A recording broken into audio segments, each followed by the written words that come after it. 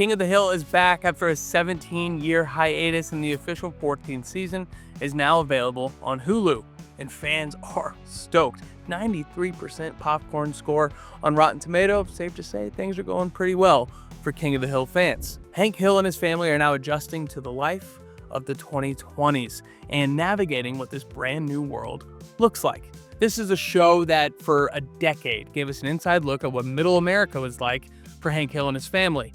And now we're going to take a look back at what has happened in this show that looks a lot like the life we live in today. We're going to cover things like the internet, DIY, and OnlyFans, if you can believe it. So let's get into it. King of the Hill, an animated juggernaut that began in 1997, came around right when the term internet just began being invented. And they spent the entire run of their series having Hank Hill and his friends be the enemy of the internet and new technology. Every time something new happened in Hank Hill's house, he had a problem with it. Anytime the internet influenced his life, he took grievance.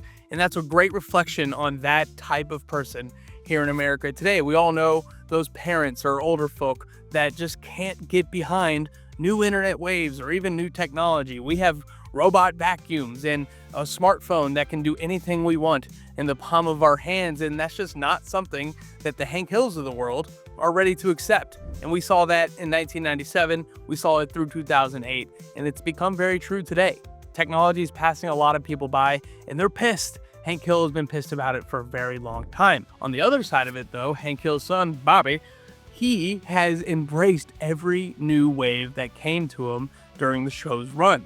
Every time there was a new fad, Bobby was the first one to get involved. New technology, Bobby had to have it. The internet was an enemy of the father, Hank Hill, and a friend of the son, Bobby. And again, that is exactly what we see today. Anybody who was a kid in the late 90s knows that not only do they know more about the internet than their parents need their help with everything that involves anything that has to do with the internet. Another thing about Bobby is that he immerses himself with whatever the new fad of the day is. And back in the day, that was, of course, boy bands. Take it from me, somebody whose first concert was the Backstreet Boys when I was 6 years old. I had a blast. It was a good time. Did I fall asleep? Maybe, but that's not the point. Boy bands were all the rave in the early 2000s, and Bobby Hill took advantage of that. He became obsessed with this culture, including the dancing. You know, we're pop, we're locking, we're dropping, and Bobby was doing everything to become the boy band of his town, and Hank hated it. Hank was so upset anytime Bobby did any sort of provocative or new age dance, which has translated to today with TikTok.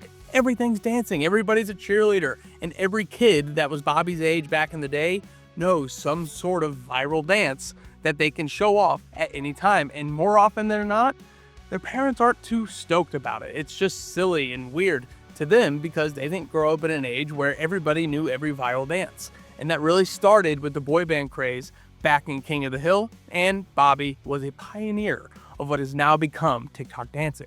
A lot of these are going to be Hank Hill frustrated with the life around him, and another big part of that is fixing things around your house. Hank Hill is a stereotypical middle American man who believes if you can do it yourself, you should. Why would you ever pay somebody to fix something in your house that you can do yourself? Hank Hill is famously against plumbers because he believes he can strap on his tool belt and fix just about anything that he could pay a plumber to do. And that has really taken shape here in the 2020s with the rise of DIY. Everybody wants to be Hank Hill now, and all they need to do is watch a YouTube video to get to that point. So there's a big struggle. Do you pay a guy or do you do it yourself? If you do it yourself, you have all the resources in the world to learn, but will it be any good? Hank Hill and his friends believe that if they could do it themselves, it's good enough.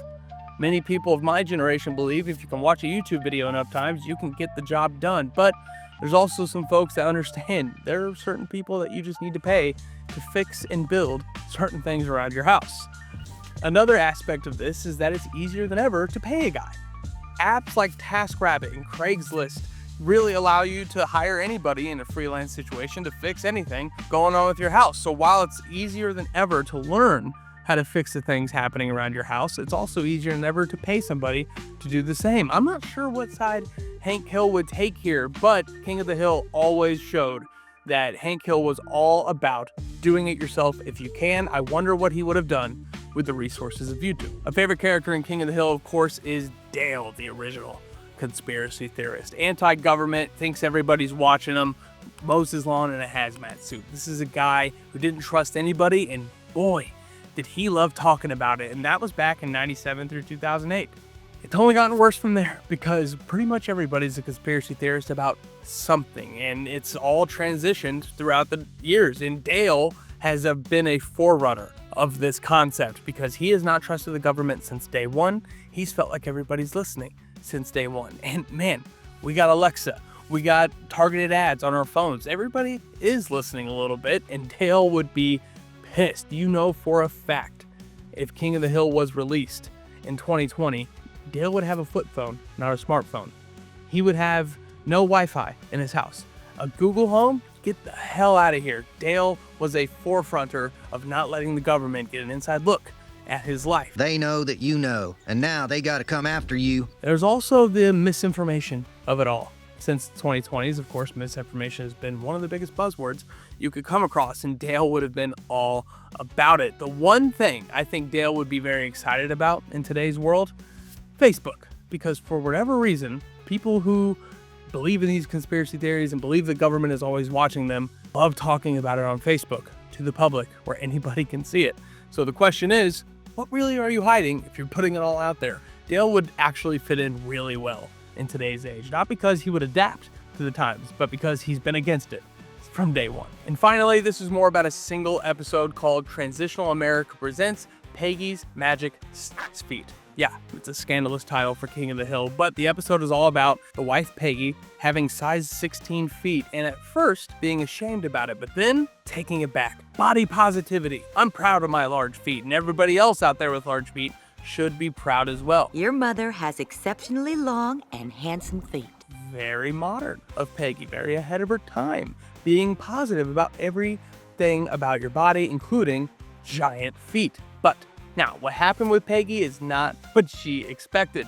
Posting pictures online of her giant feet was a call to action, an effort to raise awareness, to be excited about your body and to be proud of what it presents. But of course, it turned into something gross because that's what the internet is. Her feet pics became exactly that. Feet pics for people who are into feet. Very niche category that Peggy had no idea was happening, and boy, was she upset to hear about. But fast forward to today, feet pics are like a very common thing. You know, OnlyFans has allowed us to really look past what is niche and what's not. It gets a lot weirder when you dive into the bowels of the internet, and Peggy was ahead of her time, putting her feet out there and letting people do whatever the hell they want with them. It's an interesting thing to look at because it started off with something looking forward to body positivity and foreshadowing that movement in the world, but also foreshadowing the gross side of it with a very niche, interesting internet activity. Is that a graphic website? King of the Hill is all over the internet. You know, they take every take on it from 1997, 2008, and it's evolved in a lot of different ways, and a lot of it has come true. Old people being upset about it, Peggy having a misunderstanding of what putting her feet online would be, and then young kids like Bobby embracing every fad.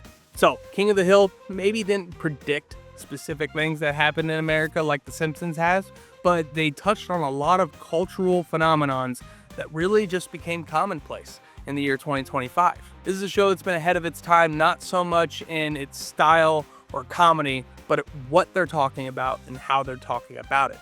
Hank Hill is as relatable as he's ever been.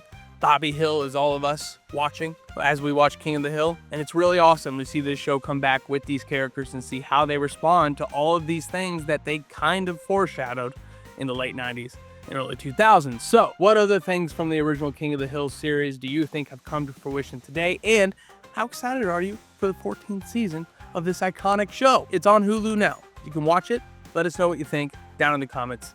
I'm Matt Rimke, and until then, see you next time.